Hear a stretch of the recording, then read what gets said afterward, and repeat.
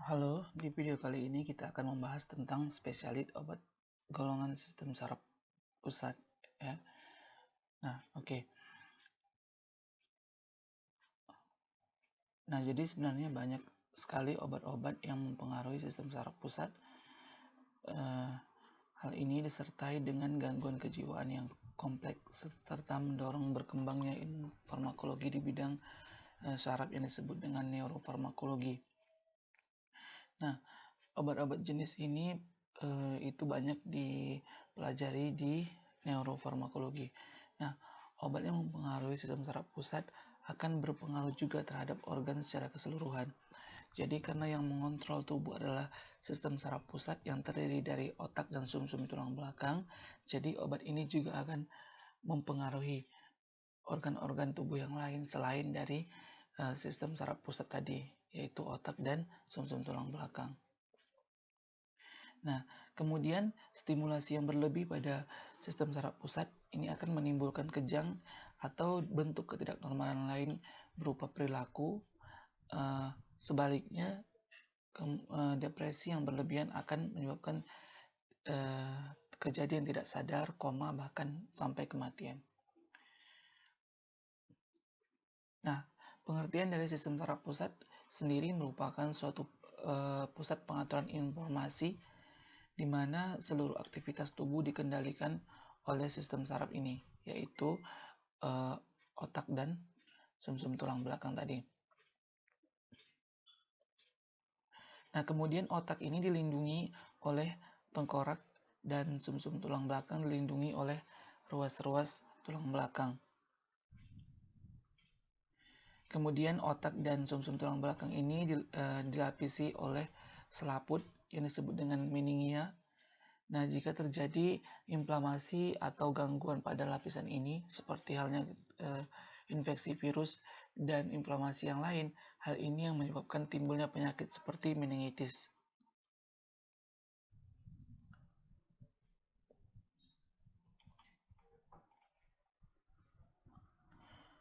Oke. Nah, di sini kalau kita lihat dari gambar ini ya, maka sistem saraf pusat itu terdiri dari dua sistem saraf, maksud saya terdiri dari dua, yaitu sistem saraf pusat dan sistem saraf tepi. Nah, kemudian sistem saraf pusat ini dibagi lagi menjadi dua bagian, yaitu otak dan sumsum tulang belakang, di mana otak sendiri terdiri dari otak besar, kecil, dan sumsum lanjutan. Kemudian sumsum tulang belakang juga terdiri dari beberapa bagian, ya. Nah, bagian yang keluar dari sumsum tulang belakang ini merupakan part atau bagian dari ini, ya, 12 pasang saraf otak, 31 pasang saraf sumsum dan sebagainya. Nah, kemudian kita kembali lagi, sistem saraf tadi terbagi menjadi yang pertama saraf pusat dan yang kedua saraf tepi. Saraf tepi kemudian dibagi menjadi dua bagian, yaitu somatis atau yang sadar. Untuk menandainya, gampang menandainya di sini ada S, maka identik dengan S kembali, sadar, saraf sadar. Kemudian ada lagi saraf otonom atau saraf tidak sadar. Nah, apa yang dimaksud dengan saraf sadar? Saraf sadar ini adalah setiap aktivitas pada sistem saraf ini dilakukan dengan sadar. Pada sistem saraf yang otonom, saraf ini bekerja tanpa disadari atau tanpa dikontrol oleh otak. Oke. Nah, kemudian ini kalau kita lihat bagian dari sistem saraf pusat tadi, ada bagian otak dan ada bagian spinal cord atau sumsum tulang belakang. Nah, kemudian untuk saraf tepinya atau disebut dengan perifer, bagian yang keluar dari sistem saraf otak ini atau yang keluar dari sumsum tulang belakang seperti ini. Nah, ini disebut dengan sistem saraf tepi atau perifer.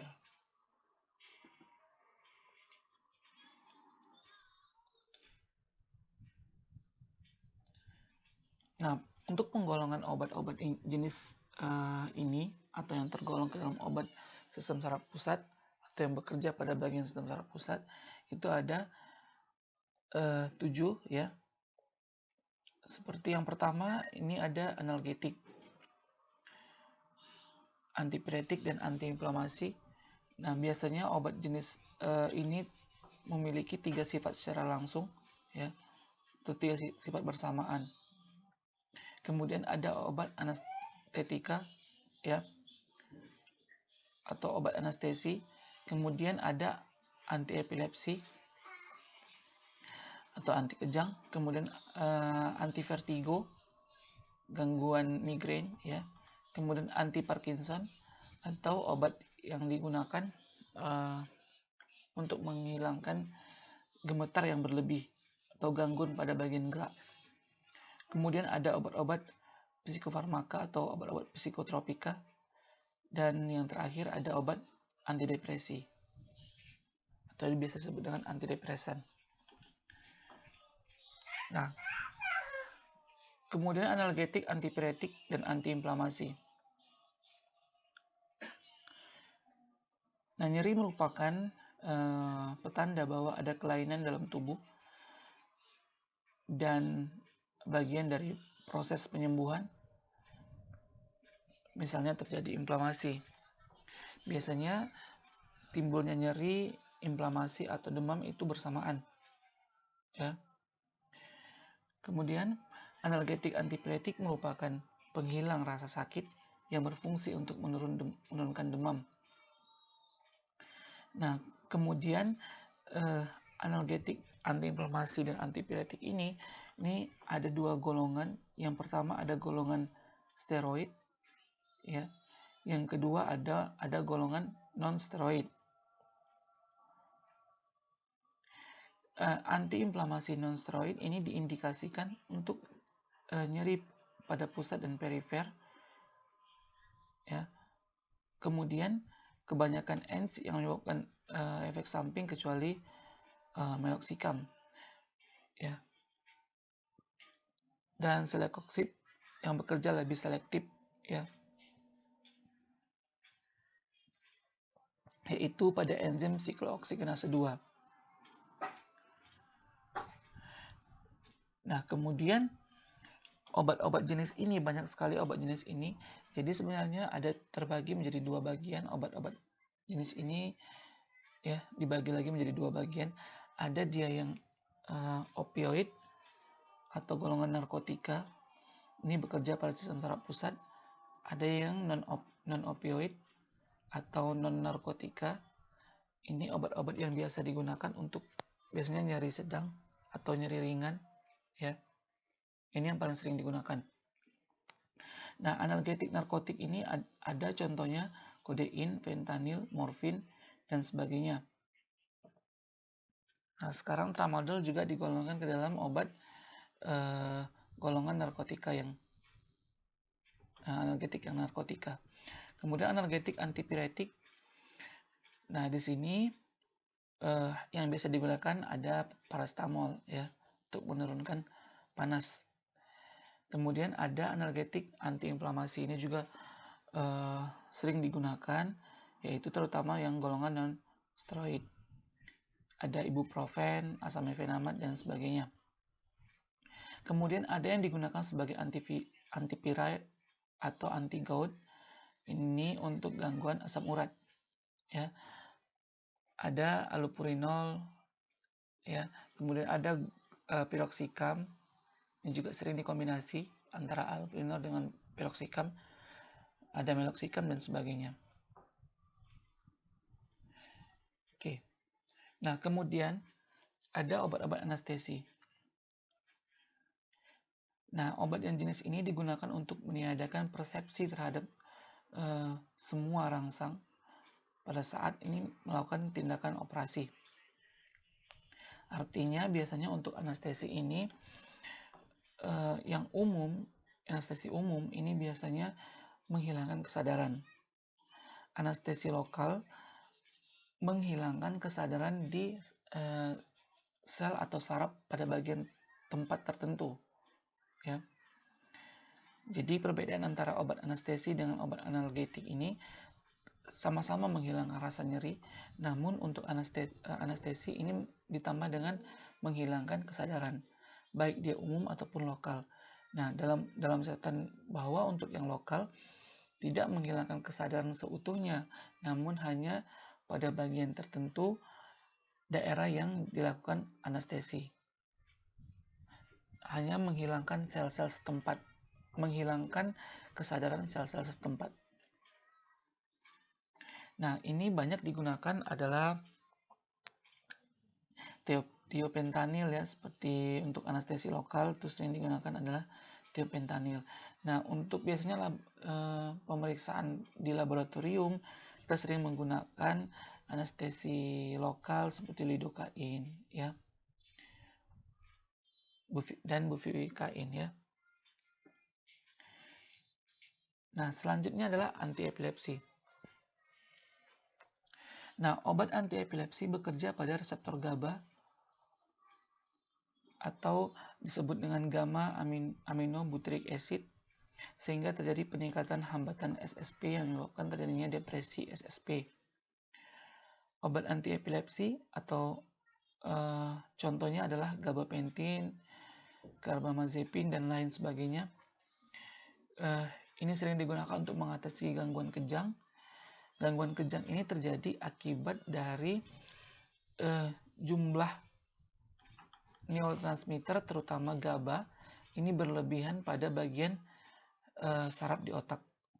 Jadi untuk mengurangi kelebihan atau ketidaknormalan jumlah neurotransmitter berupa GABA, ini diberikan obat antiepilepsi untuk mengembalikannya pada nilai normalnya.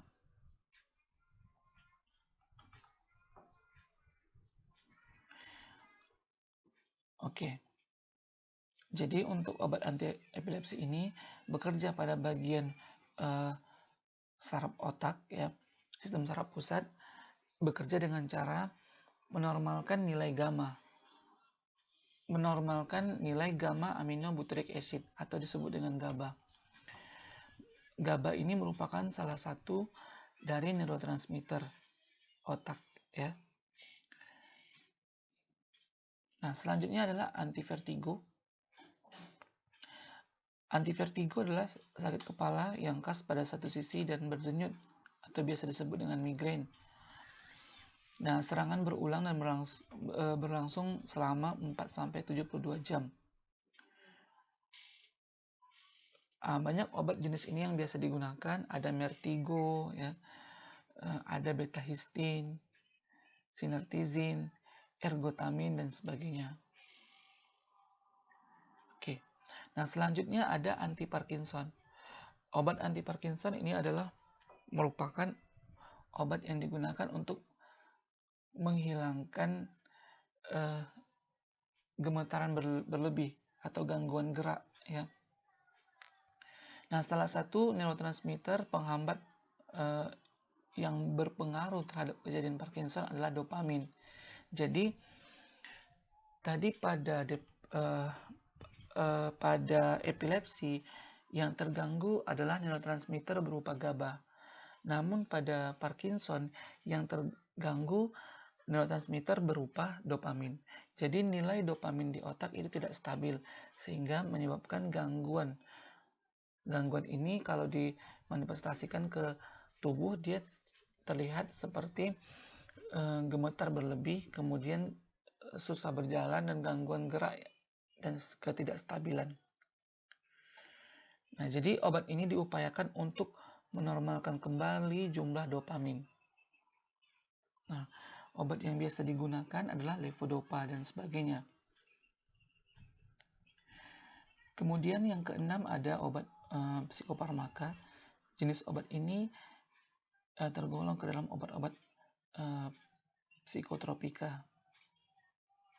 Ya, banyak contoh-contoh obat ini dan obat ini hanya boleh dibeli dengan adanya resep dokter. Ya.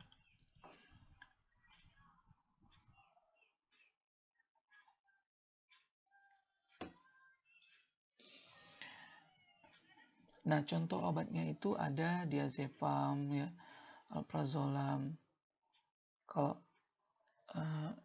yang obat patennya ada Xanax dan sebagainya, itu tergolong ke dalam obat-obat psikotropika atau psikofarmaka, ya, obat-obat yang mempengaruhi psikis seseorang. Nah, kemudian yang ketujuh atau yang terakhir ini ada antidepresi. Sama halnya dengan Parkinson, kemudian epilepsi tadi, ya. Kedua penyakit ini ditambah dengan depresi juga merupakan gangguan neurotransmitter. Namun pada depresi yang terutama itu dilihat adalah gangguan dari jumlah norepinefrin, dopamin, dan serotonin. Jadi ketidaknormalan jumlah neurotransmitter ini, ya, akan mengakibatkan depresi seseorang. Nah, contoh obatnya itu ada amitriptilin, fluoxetine, dan sebagainya. Ya. Jadi untuk menormalkan kembali jumlah dopamin, serotonin, dan norepinefrin, maka digunakan obat-obat jenis ini. Oke, kalau kita lihat di sini, ini adalah bagian dari neuron otak atau saraf otak. Ya, saraf otak seperti ini secara keseluruhan, ya, secara keseluruhan. Nah, kalau kita ambil satu bagian, satu partisi, maka akan terlihat seperti inilah gambar satu buah neuron otak. Nah, neuron otak itu seperti ini, kalau kita perbesar ada seperti ini, ya.